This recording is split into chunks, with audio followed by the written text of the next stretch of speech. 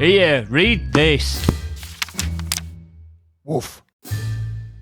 Well, there's a new update in the ongoing story of Roald Dahl's inconvenient popularity. Dahl continues to be annoyingly profitable for exactly the people who most hate him. Puffin last year attracted a controversy for their revised editions of Dahl's books, in which they censored or cleaned up aspects of the stories they considered outdated. Augustus Gloop is no longer fat, he's just thin in a different direction, and so on and so forth. Now, in addition to those revised originals, there are a bunch of celebrities who have been contracted to write sequels, remakes, and reboots to Dahl's back catalogue. And the authors of the new Twits story have got off to a fantastic start with a bit of a PR blunder, which beautifully illustrates the impossibility of doing a Roald Dahl story in 2024. Chris. Greg. Exciting news. I know. New book. Illustrations nearly done. Emily, how are we looking? What do you think? Oh, so nearly there. She needs to be more revolting. Really gross. Horrible. Yeah, just ugh. And what about a glass eye? Glass eye. She needs a glass eye. That's it. What a disgusting pair of twits. The comment about glass eyes being disgusting has not gone down well with the public, especially on Twitter, where they have been given the typical do better response. One person responding, "Why stop at appearances? Maybe you should give the characters some really unlikable personality traits, like thinking people with a glass eye are disgusting," which is obviously where these books will be heading. No disgust except moral disgust in the new world. That will make for some fun kids' books, I'm sure. Miss Trunchbull made Matilda feel sick. Nothing to do with her appearance, of course. She was just as physically beautiful as everyone else in the world, but some of her opinions on immigration were frankly abhorrent. So one of the celebrity co-authors of this new Twit story has issued an apology. He looks like he was every panellist on a Mock the Week episode from 2007, and that both his first and surnames are Russell. But he operates under the name Greg James, and I thought we'd go through his apology. Hello, regarding our new Twits story announcement video from this morning, we are so sorry to have caused offence with the launch video. Yeah, we were hoping to have at least reached the point of sale before we inevitably offended people in our doomed attempt to reconcile the dream of a mass appeal product mined from the IP of an author who constantly pisses people off. It was absolutely not our intention, and we apologise unreservedly. It is now gone, the video they mean. We understand that words matter, and we pride ourselves on championing and welcoming everyone into the magical world of children's books. That is, of course, a complete lie. They don't understand that words matter, as evidenced by this evasive and oleaginous soup of shit that we're reading. We would never dream of deliberately setting out to exclude anyone, because, of course, we need their money. We thirst for the money of blind and half-blind children, and we've always been very passionate about that. With the glass eye comment, we were attempting to pay homage to one of the Twits' most famous pranks, involving a glass of beer. This is where it actually gets sinister. The rest of the post is just the usual corporate apology gunk, the kind of stuff you can read with your elbow, but this is actual gaslighting.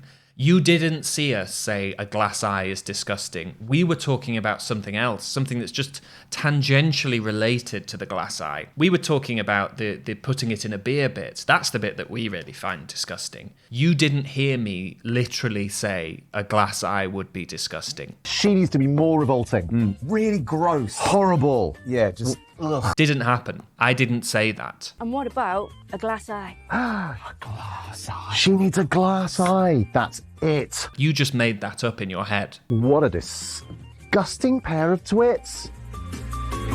It's in no way a suggestion that this forms any part of the plot of the new story, nor was it our intention to suggest it was in any way disgusting. This is the best bit.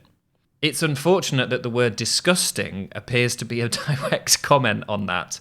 That's an error on our part. We are devastated that it's come across like this, but completely understand why there is anger. Yeah, it's unfortunate. It's really unfortunate that me saying glass eyes are disgusting appears, if you sort of squint at it, to be a kind of comment on how disgusted I am by glass eyes and how automatically I associate a glass eye with being disgusting. But that's just taking words I've said and putting them precisely into their context. And I insist that instead we take them out. So yeah, they're devastated and they completely understand why there is anger, and we appreciate everyone rightly calling it out.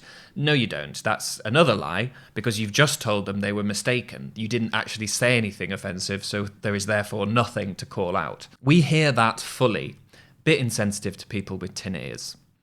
We're so upset that we made a mistake, but we're still incredibly proud of this book, and we're excited to get out there and share it with young readers all over the world. Kiss. You're still going to buy this shit, right? Kiss. Young readers, you're still going to spend your young reader money on this, Kiss, aren't you? Kiss. We're so sorry times infinity, Kiss. Even though we didn't actually do it, Kiss. It's just you being thick and wrong, Kiss. We're so devastated, Kiss. Awareness, championing and inclusion, Kiss, Kiss. Really, really convincing that these are people who understand the power of words, isn't it? What's sad about all of this is that the original Dahl books trusted child readers to understand the difference between the thing itself and the disgusting possibilities or potential of that thing. The famous and frequently misread bit that's in the twits about outer beauty reflecting the insides of a person finishes, "A person who has good thoughts cannot ever be ugly.